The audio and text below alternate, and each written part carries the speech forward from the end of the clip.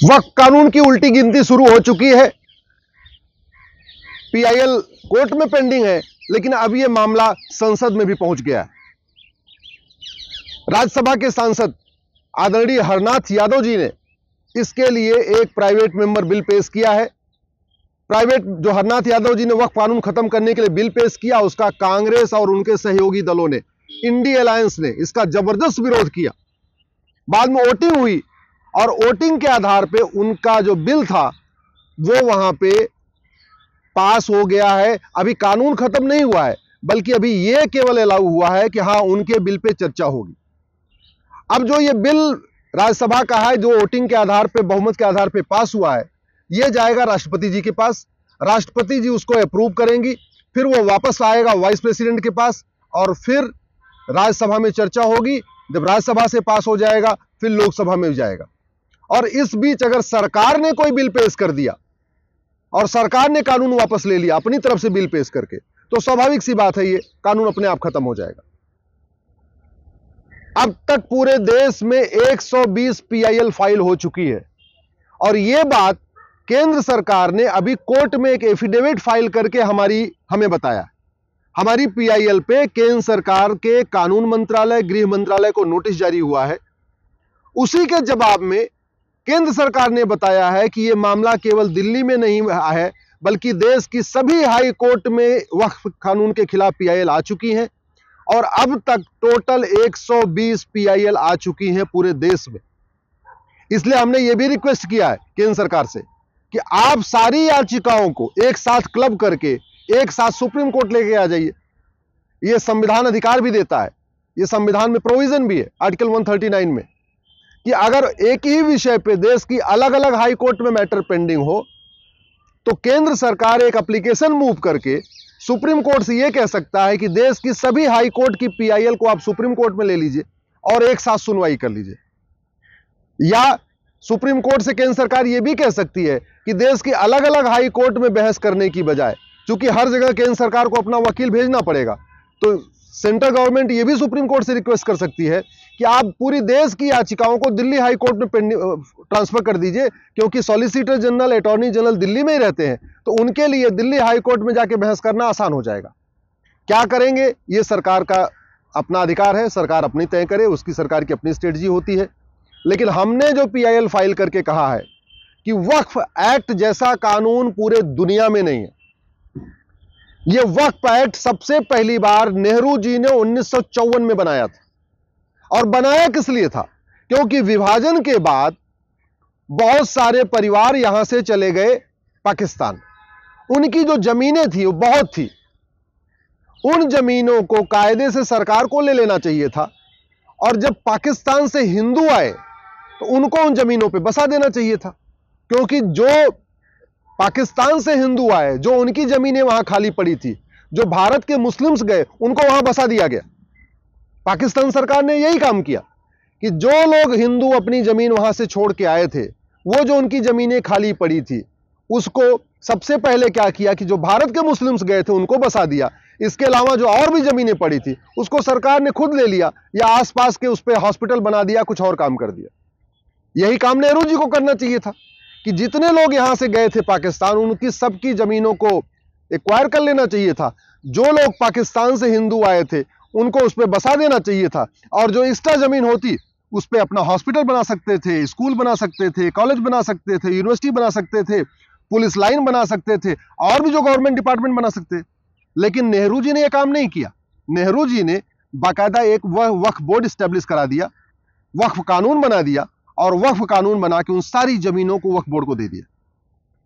यह कानून इतना खतरनाक है कि आज अगर वो सुप्रीम कोर्ट को कह दे ये सुप्रीम कोर्ट वक्फ बोर्ड की जमीन पे बना हुआ है, तो सुप्रीम कोर्ट के रजिस्ट्रार उस नोटिफिकेशन को कोर्ट में नहीं चैलेंज कर सकते। सुप्रीम कोर्ट के रजिस्ट्रार को भी वक्फ बोर्ड के सामने जाना पड़ेगा। उस कानून को राजीव गांधी ने 1984 में और मजबूत किया। ध्यान से समझिए, नेहरू जी ने 1954 में वक्फ कानून बनाया।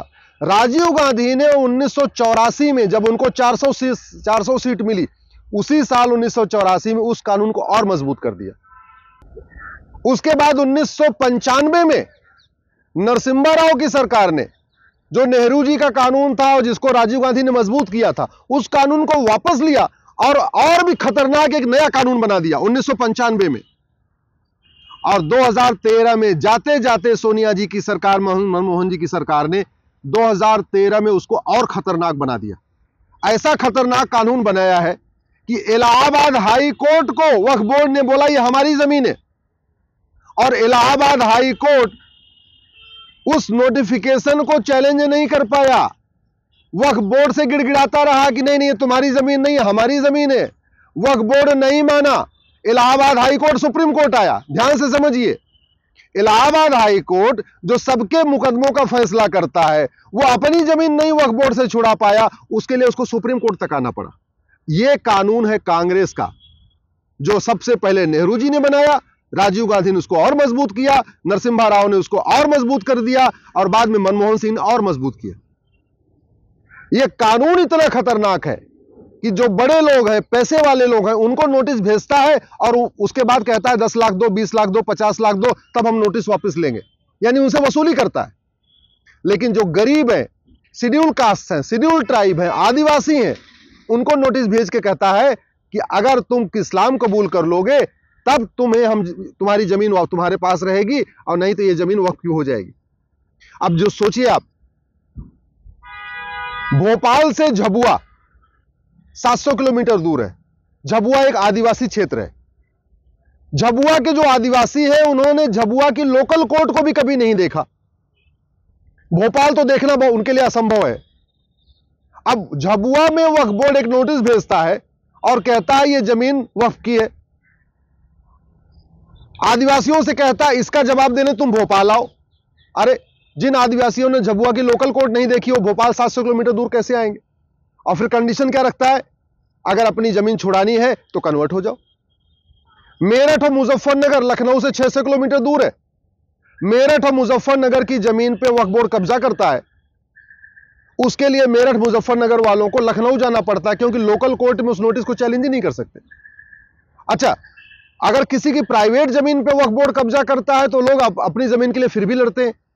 लेकिन जो गोचर की जमीन है, जो पार्क है, जो ऊसर जमीन है, जो बंजर जमीन है, जो खेल का मैदान है, उसको जब वो वक्फ बोर्ड कब्जा कर लेता है, उसके खिलाफ तो कोई नहीं लड़ता।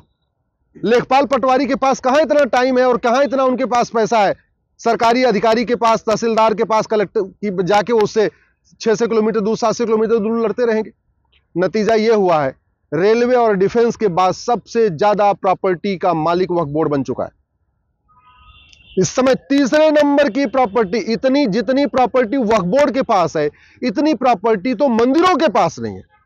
हिंदुस्तान में सबसे ज्यादा बहुसंख्यक रहते हैं हिंदू। हिंदुओं के पास लाखों मंदिर हैं, लेकिन जितनी जमीन मंदिरों के पास नहीं है, उससे ज्यादा जमीन वक्फ बोर्ड के पास। मैं सरकार से निवेदन करता हूं, तत्काल इस नेहरू के महापाप को, राजीव गांधी के महापाप को, नरसिम्हा राव के महापाप को और मनमोहन सिंह के महापाप को, इसको वापस करिए, इसको खत्म करिए, इस महापाप का अंत करिए। और जो जमीनें वक्फ बोर्ड के पास है 12 लाख एकड़ के आसपास, इन जमीनों को एक्वायर करिए, वहां पे स्कूल बनाइए, कॉलेज बनाइए, इंजीनियरिंग कॉलेज बनाइए, मेडिकल कॉलेज बनाइए, लॉ कॉलेज बनाइए, पुलिस लाइन बनाइए, जो करना है करिए। वहां से जो पाकिस्तान से विस्थापित आए हुए हैं उनको बसाइए, जो कश्मीर से विस्थापित आए हैं उनको बसाइए, जो कुछ करना है करिए, लेकिन इस कानून को खत्म करिए। मैं धन्यवाद दूंगा हरनाथ यादव जी को, जिन्होंने साहस दिखाया है। मैं देश के सभी सांसदों से कहता हूं, सभी सांसदों से, वो किसी भी पार्टी के हैं, सबसे हाथ जोड़ के निवेदन करता हूं, वक्फ बोर्ड के खिलाफ, वक्फ एक्ट के खिलाफ आवाज उठाइए। नहीं तो याद रखिए, 20 से 25 साल के बाद आप ही के बच्चे आपसे सवाल पूछेंगे कि आप पार्लियामेंट में रह के क्या किए, आपने वक्फ कानून के खिलाफ आवाज क्यों नहीं उठाया। वीके न्यूज, राष्ट्र के नाम।